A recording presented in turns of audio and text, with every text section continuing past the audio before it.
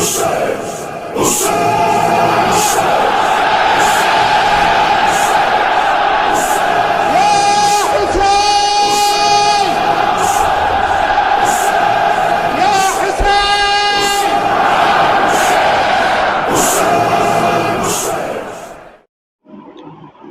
باللہ من الشیطان الرجیم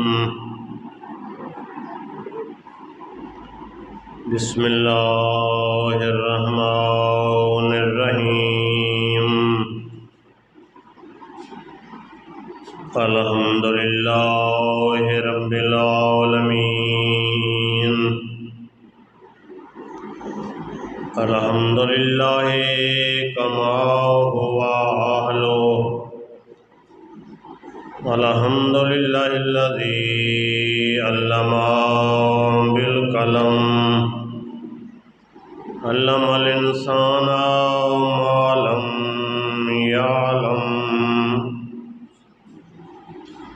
سبحانک لا علم لنا الا ما علمتنا انک انت العلیم الحکیم وصلی اللہ علی نبینا وحبیبنا وطبیب قلوبنا وشفیع ذنوبنا حبیب الہ العالمین بالقاسم محمد وعلى أهل بيته الطيبين الطاهرين المعصومين ولعنة الله على أعدائهم أجمعين ملعونين أما بعد فقد قال الله سبحانه وتعالى فی کتابہ المجید وفرقانہ الحمید وقولہ الحق وہو اصدق القائلین بسم اللہ الرحمن الرحیم انما یرید اللہ لیذہب عنکم الرجس اہل البیت ویطہرکم تطہیرا۔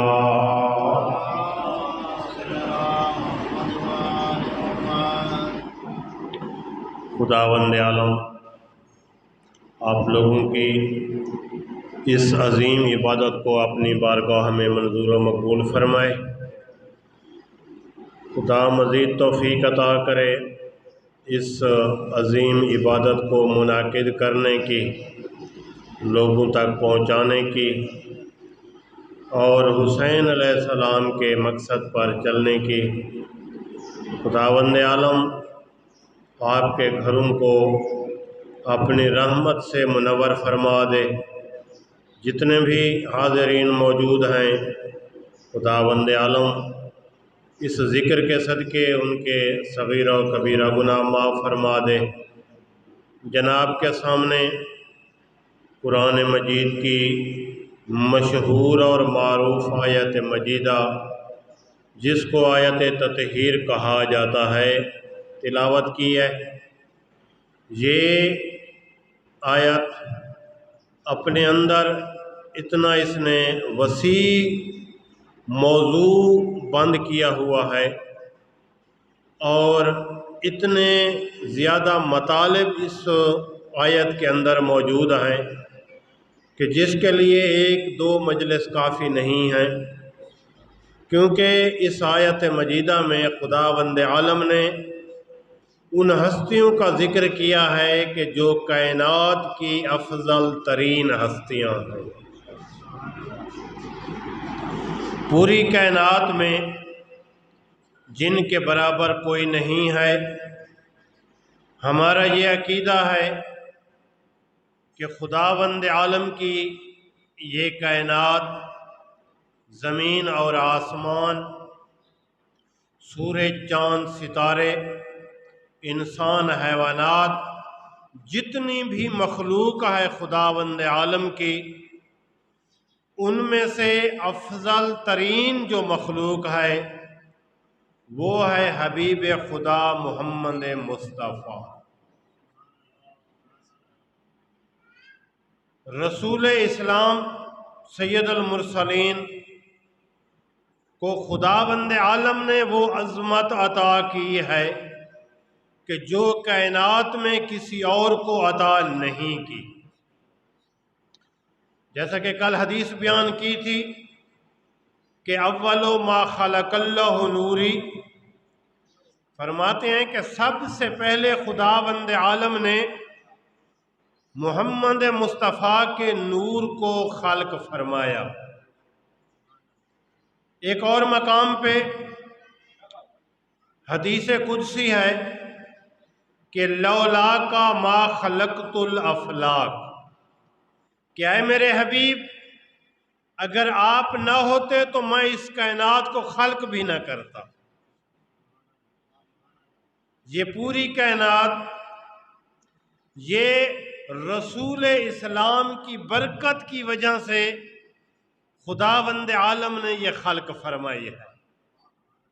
لولا کا ما خلقت الافلاک، کہ اے میرے حبیب آپ مجھے اتنے عزیز ہیں، اتنے محبوب ہیں، اتنے پیارے ہیں کہ تیری ہی وجہ سے میں نے کائنات کو خلق فرمایا ہے۔ یہ جس کائنات سے ہم فائدہ حاصل کر رہے ہیں، جس کائنات میں ہم رہ رہے ہیں، یہ برکت ہے زہرا کے بابے کی، یہ برکت ہے حسنین کے نانا کی، یہ برکت ہے علی کے بھائی کی، کہ جس کی وجہ سے خداوند عالم نے ہر قسم کی نعمت کو خلق فرمایا ہے تاکہ میرا بندہ اس دنیا میں آرام سے زندگی گزار سکے۔ اس آیت مجیدہ میں 5 انوار کا ذکر ہے۔ انما یرید اللہ لیذھب عنکم رجس اہل البیت ویطہرکم تطہیرا۔ پہلی بات تو یہ ہے کہ ایک خاص قسم کا اہتمام کر کے چادر یمانی کے نیچے جمع کر کے اور کسی اور کو داخل نہ کر کے خداوند عالم نے بتا دیا ہے کہ ان 5 کے برابر کائنات میں کوئی اور نہیں ہو سکتا۔ یہ خاص اہتمام ہے خدا کی طرف سے، خاص قسم کی چادر ہے۔ اور یہ جو حدیث قصہ آپ پڑھتے ہیں نا، یہ برکت ہے ان 5 ہستیوں کی، کہ جس حدیث میں آپ پڑھتے ہیں کہ جس گھر میں اس ذکر کا ذکر کیا جائے، خداوند عالم اس گھر میں اپنی رحمتوں کے نزول کو ختم نہیں کرتا۔ برکت کے لیے پڑھتے ہیں نا حدیث قصہ، تو یہ خاص اہتمام ہے کہ جس میں رسول نے پہلے علی کو بلایا، زہرا کو بلایا، حسن اور حسین کو بلایا، اس کے بعد کسی نے کہا کہ کیا ہم چادر کے نیچے آ سکتے ہیں؟ تو نبیوں کے سردار نے فرمایا کہ نہیں، انتی علی الخیر، تو خیر پہ ہے، لیکن چادر کے نیچے وہ آ سکتے ہیں جو خدا چاہتا ہے، اس میں میری محمد کی مرضی نہیں ہے۔ اس میں خدا نے فرمایا ہے کہ یہ جو ہستیاں ہیں ان کے علاوہ کوئی اور اس کا مصداق نہیں بن سکتا۔ تعارف ہوا، جبرائیل نے سوال کیا، یا رب الارباب، یہ کون ہیں کہ جن کے بارے میں آپ فرما رہے ہیں کہ کائنات میں محبوب ترین ذوات ہیں میری، انہی کی وجہ سے ہم نے آسمانوں کو، زمینوں کو، کائنات کو، پہاڑوں کو، سمندروں کو، سب چیزوں کو انہی کے لیے خلق فرمایا ہے، انہی کی وجہ سے خلق فرمایا ہے۔ یہ ہیں کون؟ جبرائیل کہتا ہے، آواز قدرت آئی، ہم فاطمہ و ابوہا و بالوہا و بنوہا، فاطمہ ہے، اس کا باپ ہے، اس کا شوہر ہے، اس کے بیٹے ہیں۔ تعارف کا انداز دیکھو، خداوند عالم نے اہل بیت کے گھرانے کا تعارف زہرا سے کروایا۔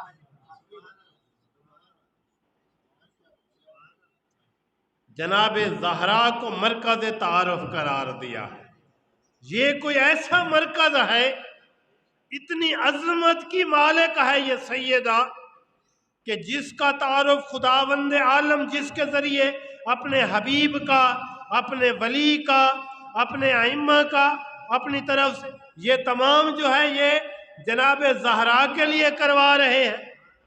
دوسری عظمت دیکھو، جب جناب سید المرسلین گھر میں ہوتے تھے اور جناب زہرا گھر میں آتی تھی تو سید المرسلین اپنی بیٹی کے استقبال کے لیے کھڑے ہو جاتے تھے۔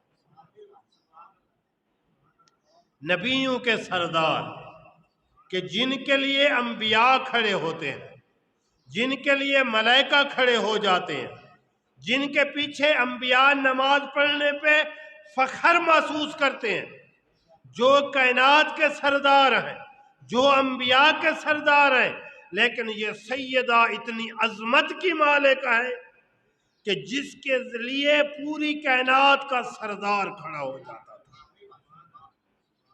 فقط کھڑے نہیں ہوتے تھے، زہرا کے ہاتھوں کا بوسہ دیا کرتے تھے، زہرا کے سر کا بوسہ دیا کرتے تھے، اور فرماتے تھے اے بیٹی زہرا، جب تیرے قریب میں آتا ہوں یا تو میرے پاس آتی ہے تو مجھے جنت کی خوشبو محسوس ہوتی۔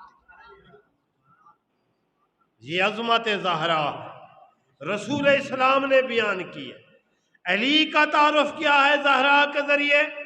رسول اسلام کے پاس جب عرب کے بڑے بڑے لوگوں نے کوشش کی ہے رسول کے ساتھ رشتہ جوڑنے کی کہ اس کے گھرانے کا کوئی فرد ہمارے پاس آ جائے، رشتہ مانگا ہے رسول اسلام سے، تو جناب سید المرسلین نے جواب دیا ہے کہ زہرا کے رشتے کا یہ طے ہونا یہ عرش اولا پہ پہلے طے ہو چکا ہے، یہ میرا کام نہیں ہے۔ یہ علی اور زہرا کا جو عقد ہے، علی اور زہرا کا جو رشتہ ہے، یہ خداوند عالم نے عرش اولا پہ معین کر دیا ہے، یہ میرا نہیں ہے۔ اگر علی نہ ہوتے اس کائنات میں تو زہرا کا کوئی کفو نہ ہوتا۔ اس کے بعد زہرا کی عظمت حسنین شریفین سے دیکھو کہ وہ جو جنت کے جوانوں کے سردار ہیں، وہ ماں کے بارے میں جو سید المرسلین نے فرمایا ہے کہ جنت ماں کے قدموں کے نیچے ہے، حسنین کی وہ ماں ہے کہ جو جنت کی سردار ہے۔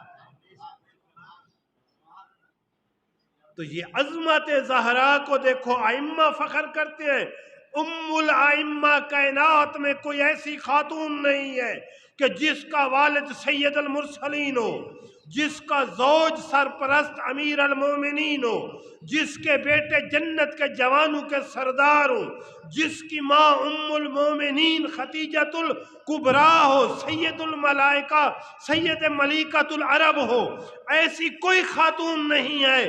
جناب زہرا کے علاوہ اس کائنات میں کوئی ایسی خاتون آپ کو نہیں ملے گی کہ جس پہ ملائکہ صلوات پڑھتے ہیں،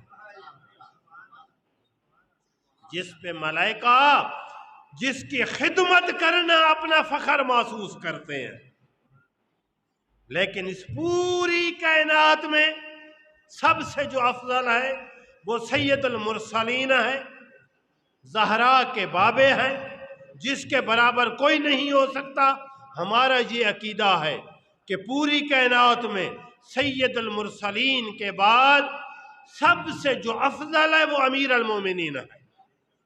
توجہ کرنی ہے، شیعوں کا عقیدہ بیان کر رہا ہوں، ہمارا یہ عقیدہ ہے اور معمولی عقیدہ نہیں ہے، قرآن اور حدیث سے یہ ثابت ہے، فقط دعویٰ نہیں ہے، دلیل ہے۔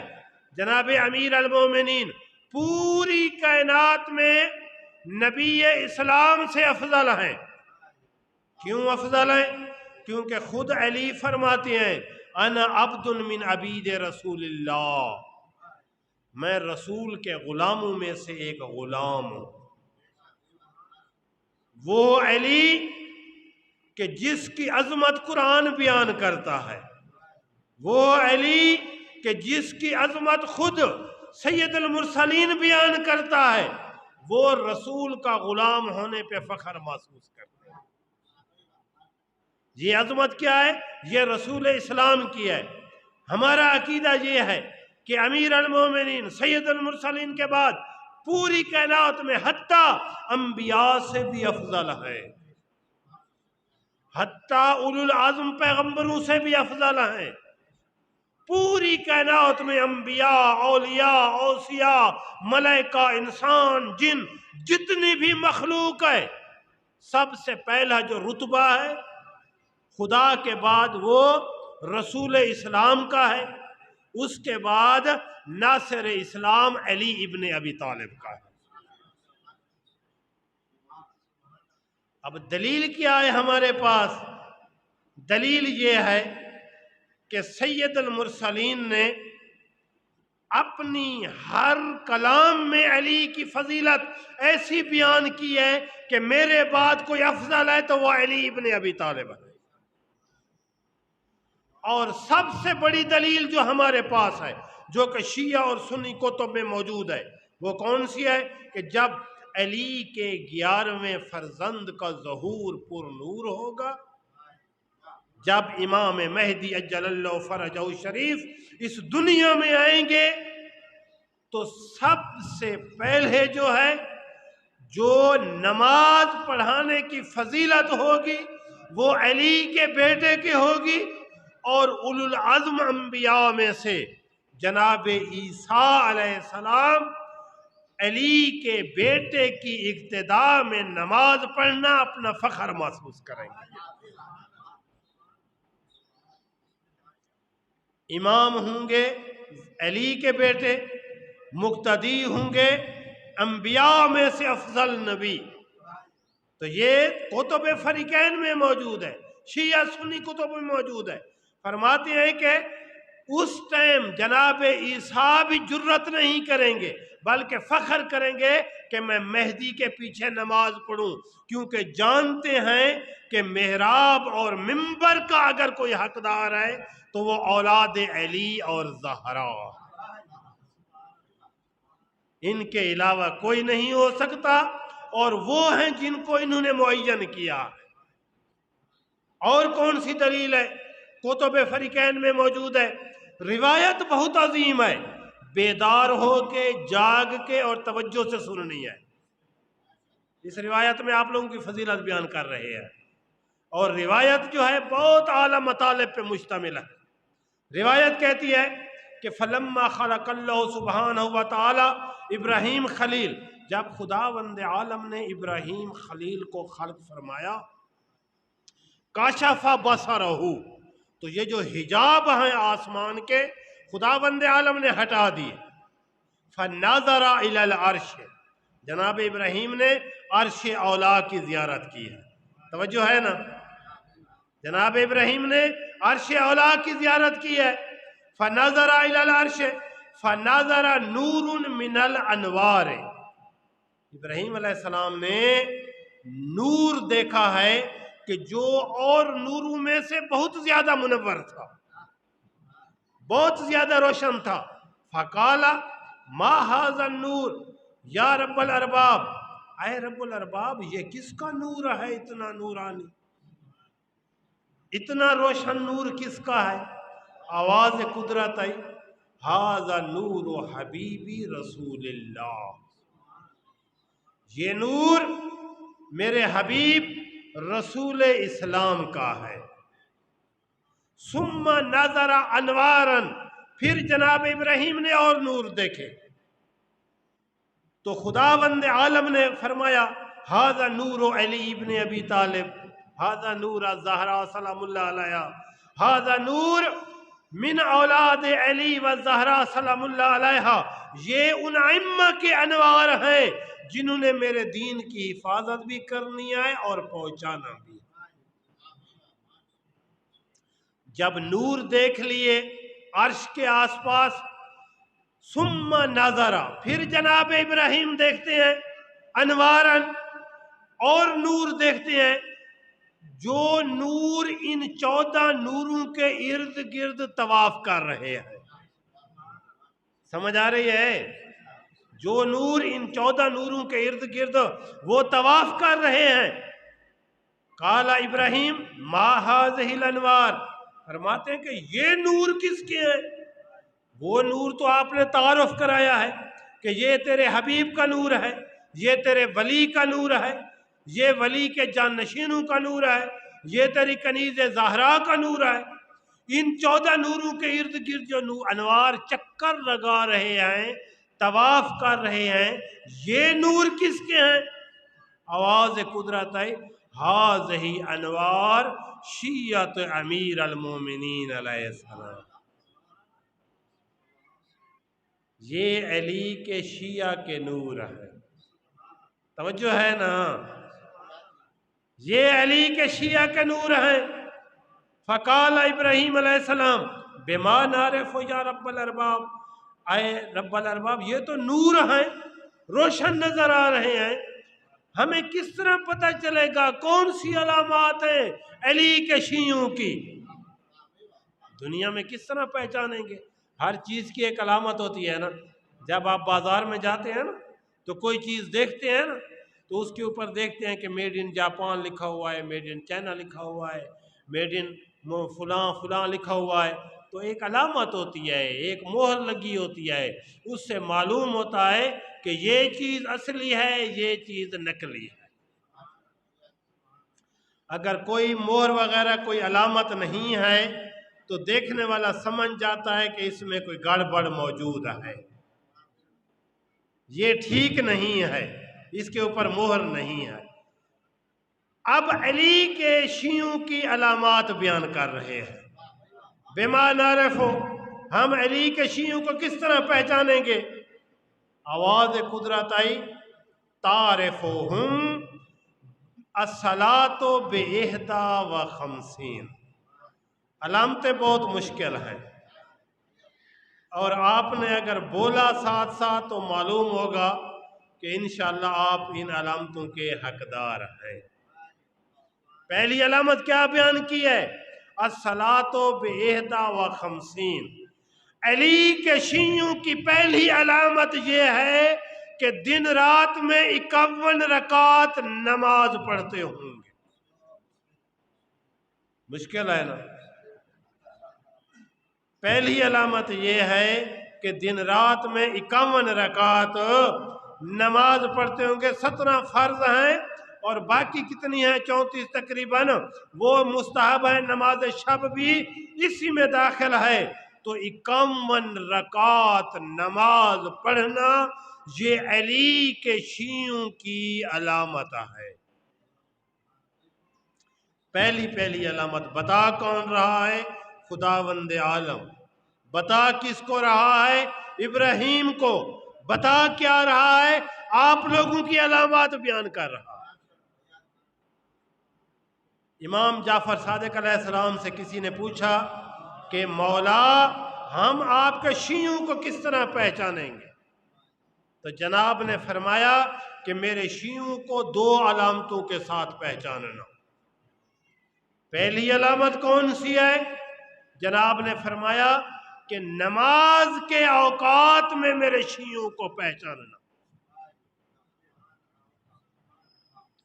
نماز کے جو اوقات ہیں، نماز کے اوقات میں میرے شیعوں کو پہچاننا۔ اگر نماز کے وقت کو اہمیت دیتے ہیں تو سمجھ لو کہ یہ شیعہ علی ابن ابی طالب ہے۔ اگر نماز کے وقت کو اہمیت نہیں دیتے تو یہ علامت ان میں موجود نہیں ہے۔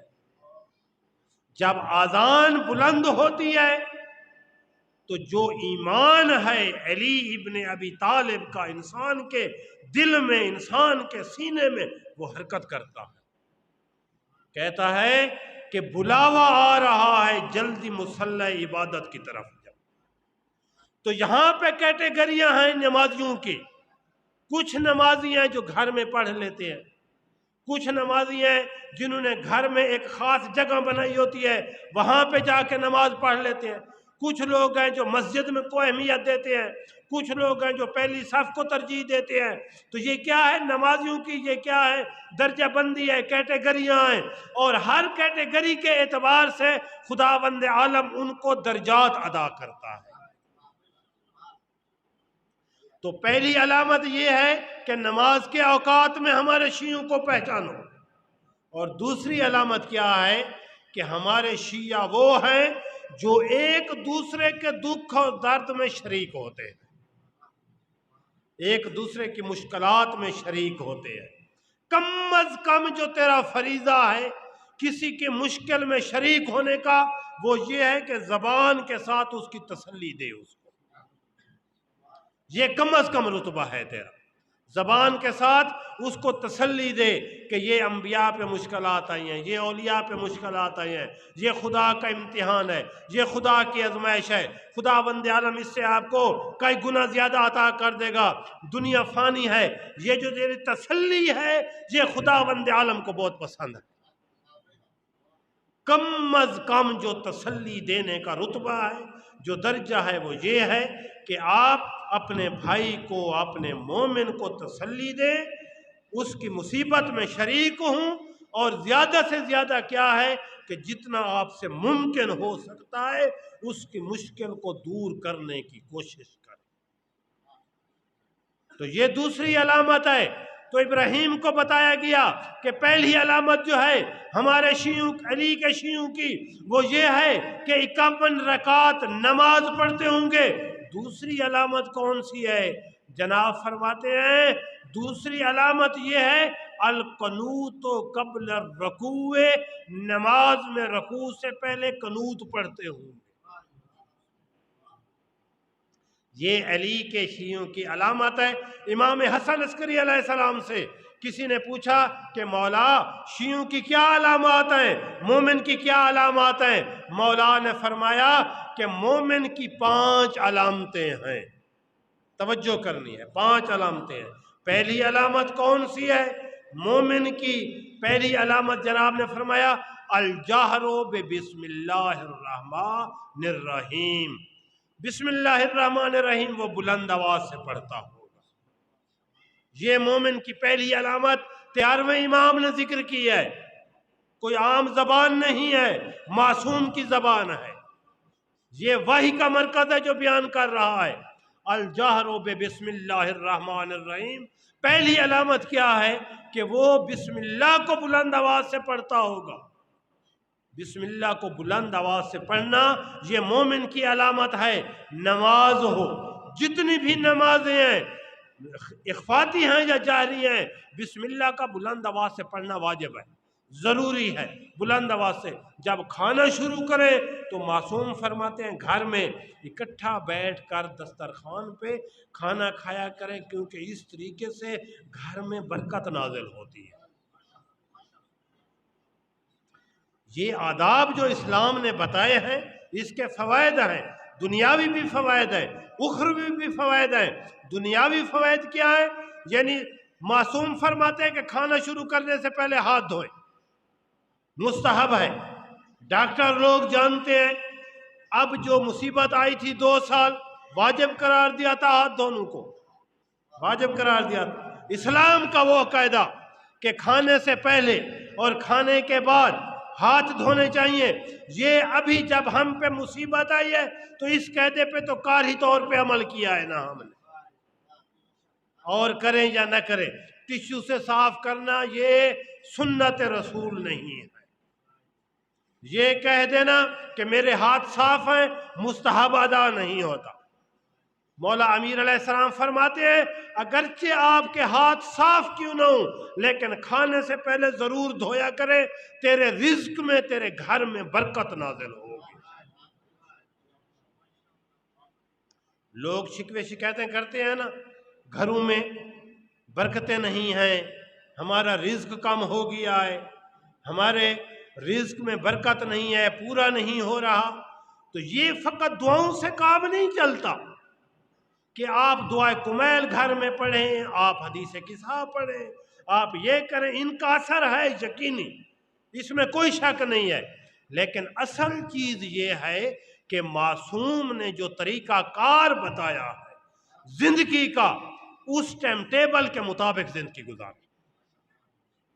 ہاتھ دھونے ہیں پہلے اور بعد میں، یہ مستحب ہے۔ دوسرا مستحب کیا ہے کہ کھانا شروع کرنے سے پہلے بسم اللہ الرحمن الرحیم پڑھنا، یہ مومن اور مسلمان کی علامت ہے۔ اور معصوم فرماتے ہیں کہ خاموشی سے نہیں پڑھنی، بلند آواز سے پڑھنی ہے، کھانے کے دوران بھی، جس طرح نماز میں پڑھنی ہے اسی طرح کھانا شروع کرنے سے پہلے، پانی پینے سے پہلے، جو چیز بھی ہے۔ معصوم فرماتے ہیں کہ اگر تیرے دسترخوان پہ مختلف قسم کی ڈشز پڑی ہوئی ہیں، چاول بھی پڑے ہوئے ہیں اور باقی گوشت بھی پڑا ہوا ہے، فروٹ بھی پڑے ہوئے ہیں، حلوہ بھی پڑا ہوا ہے، مختلف قسم کی چیزیں پڑی ہوئی ہیں، تو معصوم فرماتے ہیں کہ ایک بسم اللہ کافی نہیں ہے۔ یہ نعمتیں ہیں خداوند عالم کی طرف سے، اور نعمت کا شکر ہے کہ اس کا نام لے کے نعمت کو استعمال کر۔ ہر کھانے پہ بسم اللہ پڑھنی ہے شروع کرنے سے پہلے، اور کھانا مکمل کرنے کے بعد الحمدللہ پڑھنا ہے۔ جب آپ اپنی غذا کو اللہ کے ذکر سے شروع کریں گے اور اللہ کے ذکر پہ اختتام کریں گے تو خداوند عالم اس غذا کو پاک و پاکیزہ کر دے گا اور آپ کے رزق میں برکات نازل فرمائے گا۔ صلوات پڑھیے محمد و اہل بیت اللہ۔ کیوں کہا گیا ہے کہ بلند آواز سے پڑھے بسم اللہ الرحمن الرحیم؟ اس لیے تاکہ تیری اولاد تجھ سے تربیت حاصل کرے۔ گھر میں کیوں کہا گیا ہے جمعے کے دن زیادہ اہتمام کرے؟ جمعے کے اعمال کا کیوں اہتمام کرے؟ تاکہ تیری اولاد کو معلوم ہو کہ میرے والد یہ کام کرتے تھے، ہم نے بھی کرنا۔ یہ کیوں تاکید کی گئی ہے کہ گھر میں مجلس حسین کا اہتمام کرے؟ اس لیے تاکہ آپ کے بچوں کو عادت ہو کہ مجلس حسین ہمارے والد کرواتے تھے گھر میں، ہم بھی اس کا اہتمام کریں۔ یہ کیوں کہا گیا ہے کہ مستحب نمازیں گھر میں پڑھے؟ تاکہ آپ کی اولاد کو عادت ہو گھر میں نماز پڑھنے کی، نوافل پڑھنے کی، کیونکہ اللہ کے ذکر سے گھروں میں برکات نازل ہوتی ہے۔ تو سب سے پہلے جو ہے یہ موضوع بہت لمبے چوڑے ہیں، انشاءاللہ کبھی جو ہے نا بیان کریں گے۔ تو بیان کر رہے تھے آیت تطہیر کے جو مصداق ہیں، ان میں سے سید المرسلین جو ہیں وہ سب سے عظیم اور اعلیٰ مصداق ہے۔ جناب زہرا کی فضیلت بیان کی ہے، آیت تطہیر کی جو مصداق بیان کی تھی، ہم فاطمہ تو و ابوہا و بالوہا و بنوہا، جناب زہرا کی جتنی فضیلت بیان کی ہے خداوند عالم نے، اتنے مصائب آئے ہیں زہرا، جتنے فضائل بیان کیے ہیں اتنی مصیبتیں آئی ہیں جناب زہرا پہ۔ روایت یہی کہتی ہے، بس دو روایتیں، جناب علی علیہ السلام صحابہ کے درمیان بیٹھے ہوئے تھے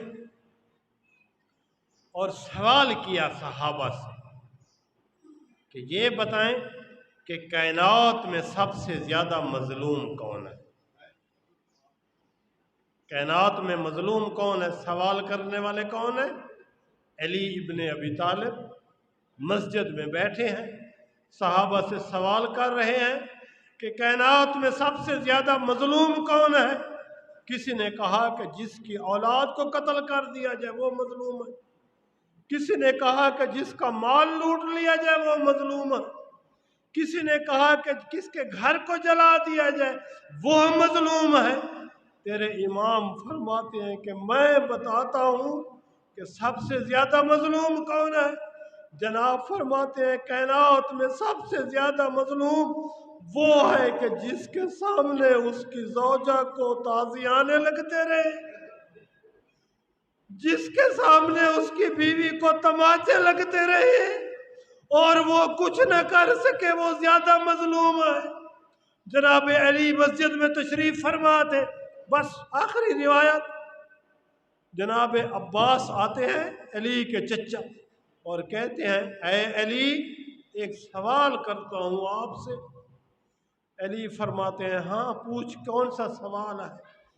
یہ کہتا ہے کہ جب خلیفہ ثانی کا دور تھا تو اس وقت جرم کیا تھا خلیفہ کے جو کام کرنے والے تھے، انہوں نے جرم کیا تھا تو خلیفہ نے تمام کو سزا دی تھی، تمام جو جرم کرنے والے تھے ان کو سزا دی تھی، لیکن کنفذ کو معاف کر دیا تھا خلیفہ ثانی نے۔ یا علی کیا وجہ ہے؟ تو علی کا سوال یہ سننا تھا اور علی کے چہرے پہ آنسو جاری ہو گئے، علی کی جو ریش مبارک تھی وہ آنسو سے تر ہو گئی۔ فرماتے ہیں شکر لہو ضربتن ضربہ زہرا، اس ضرب کے شکر میں جو اس ملعون نے جناب زہرا کو لگائی تھی، اس کے شکر میں اس نے اس کنفذ کو معاف کر دیا۔ اللہ لعنت اللہ علی القوم الظالمین وسیعلم الذین ظلموا